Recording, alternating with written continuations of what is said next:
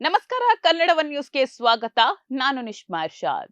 ದೇಶದ ರಸ್ತೆಗಳಲ್ಲಿ ಯಾವುದೋ ಒಂದು ದೊಡ್ಡ ಬದಲಾವಣೆಯ ಗಾಳಿ ಬೀಸತೊಡಗಿದೆ.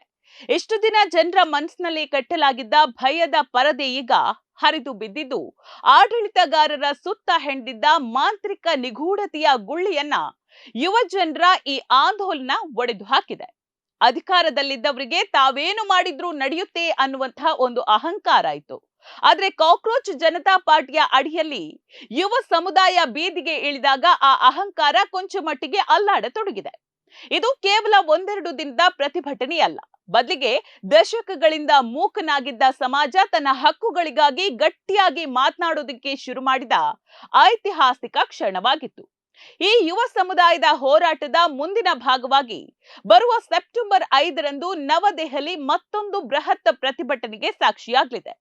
ಅಂದು ಇಂಡಿಯಾ ಗೇಟ್ನಿಂದ ದೆಹಲಿ ಪೊಲೀಸ್ ಪ್ರಧಾನ ಕಚೇರಿಯವರೆಗೆ ಬೃಹತ್ ಮೆರವಣಿಗೆ ನಡೆಯಲಿದ್ದು, ಸರ್ಕಾರ ತನಗೆ ನೀಡಿದ್ದ ವಾಗ್ದಾನಗಳನ್ನ ಗಾಳಿಗೆ ತೂರಿದ್ರ ವಿರುದ್ಧ ಯುವ ಜನರ ಆಕ್ರೋಶ ಭುಗಿಲೆದ್ದಿದೆ. ಈ ಪ್ರತಿಭಟನೆ ಯಾರೋ ಕೆಲವರ ವೈಯಕ್ತಿಕ ಸ್ವಾರ್ಥಕ್ಕಾಗಿ ಅಲ್ಲ, ಬದಲಿಗೆ ತಮ್ಮ ಭವಿಷ್ಯವನ್ನ ತಾವೇ ರೂಪಿಸಿಕೊಳ್ಳೋದಕ್ಕೆ ಹೊರಟಿರುವ ಕೋಟ್ಯಾಂತರ ಯುವಕರ ಧ್ವನಿಯಾಗಿದೆ. ದೆಹಲಿಯ ರಸ್ತೆಗಳು ಈಗ ಮತ್ತೊಮ್ಮೆ ಅಧಿಕಾರದ ಚಾವಡಿಗೆ ನೇರ ಪ್ರಶ್ನೆ ಕೇಳೋದಕ್ಕೆ ಸಜ್ಜಾಗ್ತಾ ಇದೆ. ಯಾಕಂತ ಹೇಳಿದ್ರೆ, ಕಳೆದ ಜುಲೈನಲ್ಲಿ ದೆಹಲಿಯಲ್ಲಿ ನಡೆದ ಯುವ ಜನರ ಹೋರಾಟ ಇತ್ತಲ್ಲ, ಅದು ಸಣ್ಣದೇನೂ ಆಗಿರ್ಲಿಲ್ಲ. ಸರ್ಕಾರದ ದಮನಕಾರಿ ನೀತಿಗಳ ವಿರುದ್ಧ ಯುವ ಜನರು ಮಂಡಿಯೂರುವಂತೆ ಮಾಡಿದ್ರು.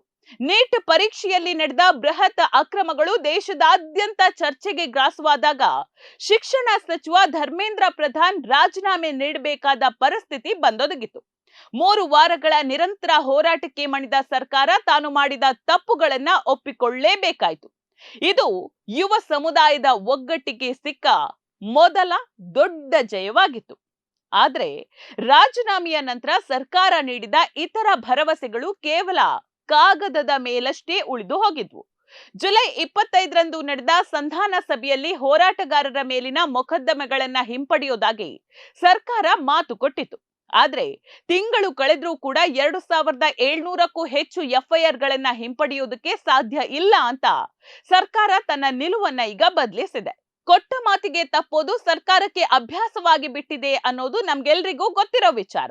ಆದ್ರೆ ಯುವ ಜನರು ಇದನ್ನ ವಿಶ್ವಾಸಘಾತ ಅಂತ ಕರೀತಾ ಇರೋದು ಕೂಡ ಸಮಂಜಸವಾಗಿದೆ. ಇವರ ಈ ವಿಶ್ವಾಸ ದ್ರೋಹದ ಹಿನ್ನೆಲೆಯಲ್ಲಿ ನೀಟ್ ಪರೀಕ್ಷೆಯ ವ್ಯವಸ್ಥಿತ ಭ್ರಷ್ಟಾಚಾರಕ್ಕೆ ಬಲಿಯಾಗಿ ಎಷ್ಟು ವಿದ್ಯಾರ್ಥಿಗಳು ಆತ್ಮಹತ್ಯೆಗೆ ಶರಣಾದ್ರು ಅನ್ನೋದನ್ನ ನಾವು ಮರೆಯುವಂತಿಲ್ಲ. ಆ ಸಂತ್ರಸ್ತ ಕುಟುಂಬಗಳ ಕಣ್ಣೀರಿಗೆ ಬೆಲೆ ಕಟ್ಟುವವರು ಯಾರು ಹಾಗಾದ್ರೆ? ಆರ್ಥಿಕ ನೆರವು ಮತ್ತು ತಕ್ಷಣದ ಪರಿಹಾರ ಒದಗಿಸೋದಕ್ಕೆ ಈ ಸರ್ಕಾರಕ್ಕೆ ಯಾವ ಸಾಕ್ಷಿ, ಯಾವ ಪುರಾವೆಗಳು ಬೇಕು? ಇನ್ನು ನರೇಂದ್ರ ಮೋದಿ ಮತ್ತು ಅಮಿತ್ ಶಾ ಅವರು ತಮ್ಮ ವೈಫಲ್ಯಗಳನ್ನ ಮುಚ್ಚಿ ಹಾಕೋದಕ್ಕೆ ದೇಶದ ಭವಿಷ್ಯವಾದ ವಿದ್ಯಾರ್ಥಿಗಳನ್ನ ಬಲಿಪಶು ಮಾಡ್ತಾ ಇದ್ದಾರೆ. ಕೇವಲ ಹಣ ನೀಡೋದ್ರಿಂದ ಕಳ್ಕೊಂಡ ಜೀವ ಹಿಂದಿರುಗೋದಿಲ್ಲ, ಆದ್ರೆ ಕನಿಷ್ಠ ನ್ಯಾಯ ಒದಗಿಸೋದಿದೆಯಲ್ಲ, ಅದು ಸರ್ಕಾರದ ಪ್ರಾಥಮಿಕ ಕರ್ತವ್ಯವಾಗಿತ್ತು. ಅಷ್ಟೇ ಅಲ್ಲದೆ ಜುಲೈ 20ರಂದು ಜಂತರ್ ಮಂತರ್ನಲ್ಲಿ ನಡೆದ ಸಂಸತ್ ಚಲೋ ಪ್ರತಿಭಟನೆಯಲ್ಲಿ ಪೊಲೀಸರು ನಡೆಸಿದ ಬೆತ್ತ ಪ್ರಹಾರ ಮತ್ತು ಅತಿಯಾದ ಬಲ ಪ್ರಯೋಗ ಪ್ರಜಾಪ್ರಭುತ್ವಕ್ಕೆ ಅಂಟಿದ ಕಪ್ಪು ಚುಕ್ಕೆ. ಮಹಿಳಾ ಪ್ರತಿಭಟನಾಕಾರರ ಮೇಲೆ ನಡೆದ ಲೈಂಗಿಕ ಕಿರುಕುಳ ಮತ್ತು ಪೆಲೆಟ್ ಗನ್ಗಳ ಬಳಕೆ ನಿಜಕ್ಕೂ ಕೂಡ ಕಳವಳಕಾರಿ ಸಂಗತಿಯಾಗಿದೆ. ಇದೀಗ ಸುಪ್ರೀಂ ಕೋರ್ಟ್ ನಿವೃತ್ತ ನ್ಯಾಯಮೂರ್ತಿ ಆರ್ ಸುಭಾಷ್ ರೆಡ್ಡಿ ನೇತೃತ್ವದಲ್ಲಿ ಉನ್ನತಾಧಿಕಾರ ತನಿಖಾ ಸಮಿತಿಯನ್ನ ರಚಿಸಿದೆ. ಪೊಲೀಸರ ಅತಿಯಾದ ಬ್ಯಾರಿಕೇಡ್ಗಳು ಮತ್ತು ಲಾಠಿ ಚಾರ್ಜ್ ಬಗ್ಗೆ ಈ ಸಮಿತಿ ತನಿಖೆಯನ್ನ ನಡೆಸಲಿದ್ದು, ಸಂತ್ರಸ್ತರಿಗೆ ನ್ಯಾಯ ಸಿಗುವ ಒಂದು ಭರವಸೆ ಕೂಡ ಇದೆ. ಈ ಎಲ್ಲ ಬೆಳವಣಿಗೆಗಳ ನಡುವೆ ಸರ್ಕಾರ ಒಂದು ವಿಷಯವನ್ನ ಸ್ಪಷ್ಟವಾಗಿ ನೆನಪಿನಲ್ಲಿ ಇಟ್ಕೊಳ್ಬೇಕು. 2029ರ ಲೋಕಸಭಾ ಚುನಾವಣೆ ಬರುವಷ್ಟರಲ್ಲಿ ದೇಶದ ಜೆನ್ಸ್ ಯುವ ಜನತೆ 38 ಕೋಟಿ ಮತದಾರರಾಗಲಿದ್ದಾರೆ. ಅಂದ್ರೆ ದೇಶದ ಒಟ್ಟು ಮತದಾರರ ಪೈಕಿ 4ನೇ ಒಂದು ಭಾಗ. ನಿರುದ್ಯೋಗ ಮತ್ತು ಹಾಳಾಗಿರುವ ಶಿಕ್ಷಣ ವ್ಯವಸ್ಥೆ ಈ ಯುವಕರನ್ನ ಒಂದಾಗಿಸ್ತಾ ಇದೆ. ಜಂತರ್ ಮಂತರ್ನಲ್ಲಿ ಕೇವಲ ವಿದ್ಯಾರ್ಥಿಗಳು ಅಷ್ಟೇ ಅಲ್ಲ, 25ರಿಂದ 35 ವರ್ಷದ ಉದ್ಯೋಗಾಕಾಂಕ್ಷಿಗಳೂ ಇದ್ರು. ಈ ಬೆಸುಗೆ ಹಳ್ಳಿ ನಗರಗಳ ಗಡಿ ದಾಟಿ ಬೆಳೀತಾ ಇದೆ ಅನ್ನೋದು ಕೂಡ ಸತ್ಯ. ಈ ಯುವಕರ ಆಕ್ರೋಶದ ನೈಜ ಸ್ಥಿತಿಗೆ ಉತ್ತಮ ಉದಾಹರಣೆ ಬೇಕಿದ್ರೆ ರಾಜಸ್ಥಾನದ ಅಲ್ವಾರ್ ಜಿಲ್ಲೆಯ ಥಂಗಾಜಿಗೆ ಹೋಗಿ ನೋಡ್ಬೇಕು. ಅಲ್ಲಿನ ಸರ್ಕಾರಿ ಶಾಲೆಯಲ್ಲಿ 180 ವಿದ್ಯಾರ್ಥಿಗಳಿಗೆ ಕಲಿಸೋದಕ್ಕೆ ಇರೋದು ಕೇವಲ 3 ಶಿಕ್ಷಕರು. 3 ಕೊಠಡಿಗಳು, ಸೋರುವ ಚಾವಣಿ, ಕುಡಿಯೋಕೆ ನೀರಿಲ್ಲ, ಶೌಚಾಲಯ ಇಲ್ಲ.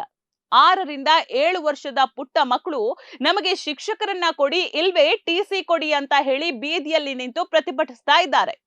ಇದು ದೇಶದ ಸಾರ್ವಜನಿಕ ಶಿಕ್ಷಣ ವ್ಯವಸ್ಥೆ ತಲುಪಿರುವ ಅಧೋಗತಿಗೆ ಹಿಡಿದ ಕೈಗನ್ನಡಿಯಾಗಿದೆ. ಇದನ್ನೇ ಪ್ರಮುಖ ವಿಷಯವಾಗಿಸಿಕೊಂಡಿರುವ ಕಾಕ್ರೋಚ್ ಜನತಾ ಪಾರ್ಟಿ ಈಗ ಕೇವಲ ಪರೀಕ್ಷೆಗಳ ವಿರುದ್ಧ ಅಷ್ಟೇ ಅಲ್ಲ, ಸರ್ಕಾರಿ ಶಾಲೆಗಳನ್ನ ಸುಧಾರಿಸಿ ಅನ್ನುವಂತಹ ಬೃಹತ್ ಅಭಿಯಾನವನ್ನು ಕೈಗೊಂಡಿದೆ.